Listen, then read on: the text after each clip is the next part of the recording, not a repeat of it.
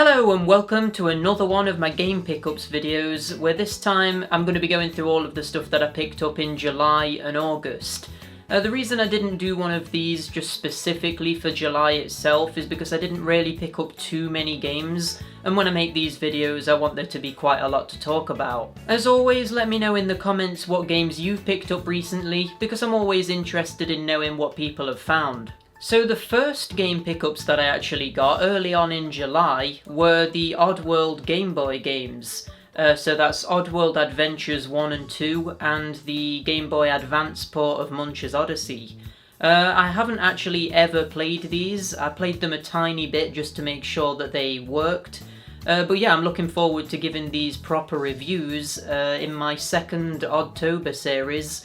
We'll be taking a look at not only these three games, but also new and tasty for the PS4 as well. So I'm not going to go into too much detail about these ones in this video, because I will be giving each game its own dedicated video in October.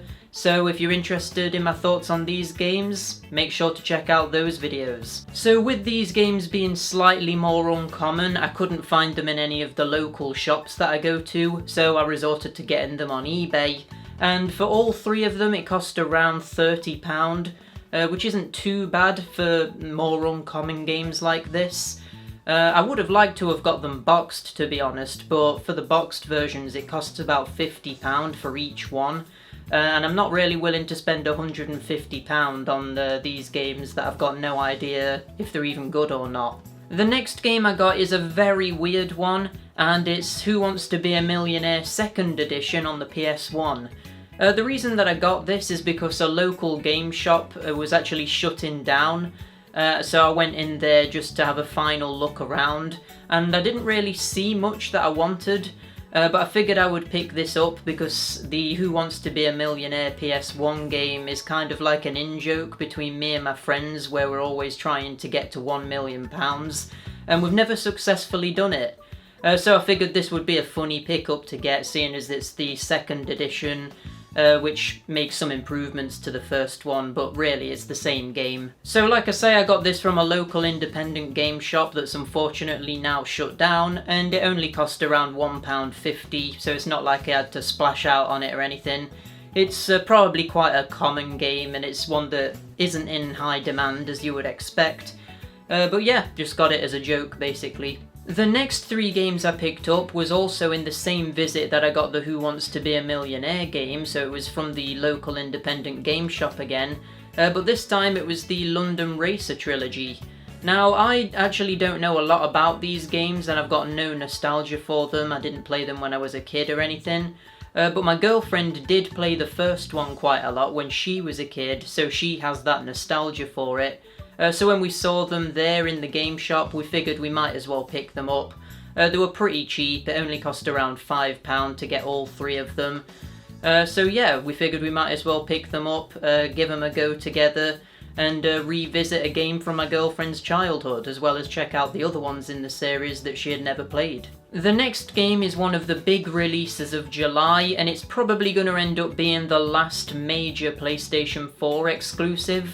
And it's Ghost of Tsushima, which was developed by Sucker Punch, and I got it for £50 from Game. I was actually planning on doing a little video on this one, not a full review or anything, but more of a first impressions video, but I kind of decided not to because I left it quite a while before deciding to start work on the video, and by then it was kind of old news. But from what I've played of it, I've been really enjoying it. I've actually played it for quite a while now. I've fully liberated the first part of the island, but to be honest, I found it to get quite repetitive and the story wasn't grabbing me that much. So despite the combat being satisfying and the graphics being really good, I just kind of stopped playing it, and I've not really felt the urge to go back to it.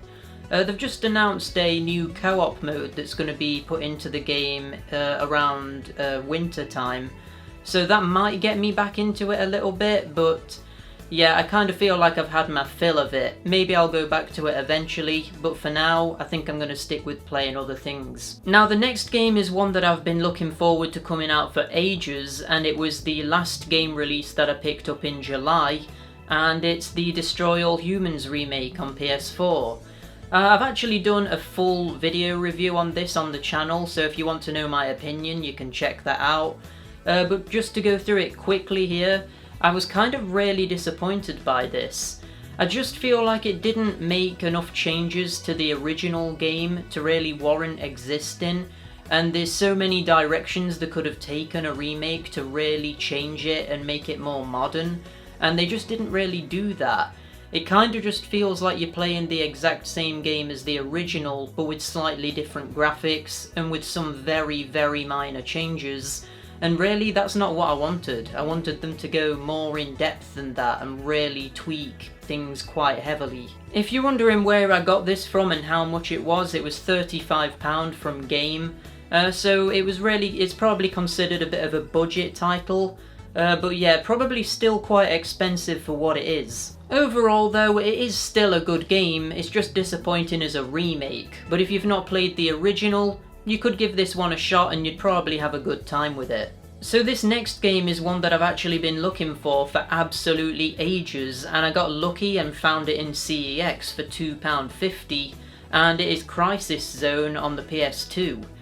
So this is a Time Crisis spin-off released between Time Crisis 2 and 3, and I don't think this one had an arcade version, but don't quote me on that because I could be wrong, but I think this is exclusive to consoles, and it is pretty similar to Time Crisis. You've still got the same cover mechanic and it's still a light gun game. You've still got like the timer constantly ticking down. I think the main thing that distinguishes this from Time Crisis is that in this you've got a machine gun, whereas in Time Crisis typically you would only have a pistol. So that kind of makes it a little bit more fast-paced.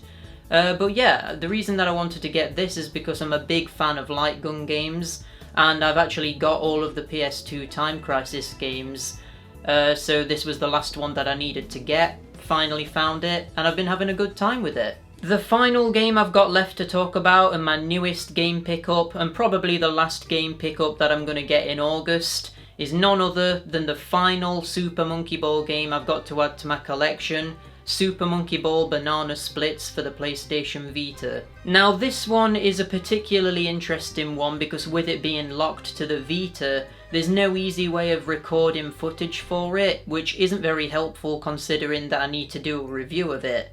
So what I've actually had to do is hack a PlayStation TV to be able to play this game, because normally a PlayStation TV wouldn't be able to play it, because it's not one of the compatible games on that system. So yeah, I've had to go through quite a lot of effort in order to record footage of this, so look out for one of my next videos because it will probably be my review of Banana Splits. So this one was another eBay pickup and it was about £12, so not really very expensive. But yeah, I've actually now fully completed my Super Monkey Ball collection. I've got every single game in the main series. There are a couple of the more like really obscure ones that I've not got, like I've not got the N-Gage port of Super Monkey Ball. Maybe I'll pick that up eventually, but it's not really a priority of mine. So yeah, this finally completes the collection, and you can look forward to my review of it coming soon. But yeah, that about wraps it up. That's all of the games that I've got over the last couple of months. And yeah, I think I've collected quite a few new ones, quite a few good ones as well. In particular, I'm looking forward to playing Super Monkey Ball, Crisis Zone, and the Oddworld games. Really looking forward to starting my second marathon of the Oddworld ones. Gonna be interesting. As for stuff that I'm going to be getting over the next couple of months, there are actually quite a few new games coming out that I want to get my hands on. So there's Crash Bandicoot 4, there's the new Tony Hawk remake, there's the remake of 13, and a few indie games coming out as well that are getting physical versions, like Untitled Goose Game, and a few others as well. So yeah, there's no shortage of new game pickups over the next few months, that's for sure. There's Cyberpunk as well, which is coming out in November. And obviously the PS5 will be out at some point this year, hopefully, so there's all the games that I'm going to want for that as well. So yeah, it's going to be an expensive rest of the year for sure. Like I said at the beginning of the video, leave a comment down below letting me know what games you've picked up recently and if there's any that you would like to recommend to me, because I'm always looking for new stuff to get into. And if you enjoyed this video, give it a like, subscribe to see more stuff like this coming soon, and I'll see you next time. Bye!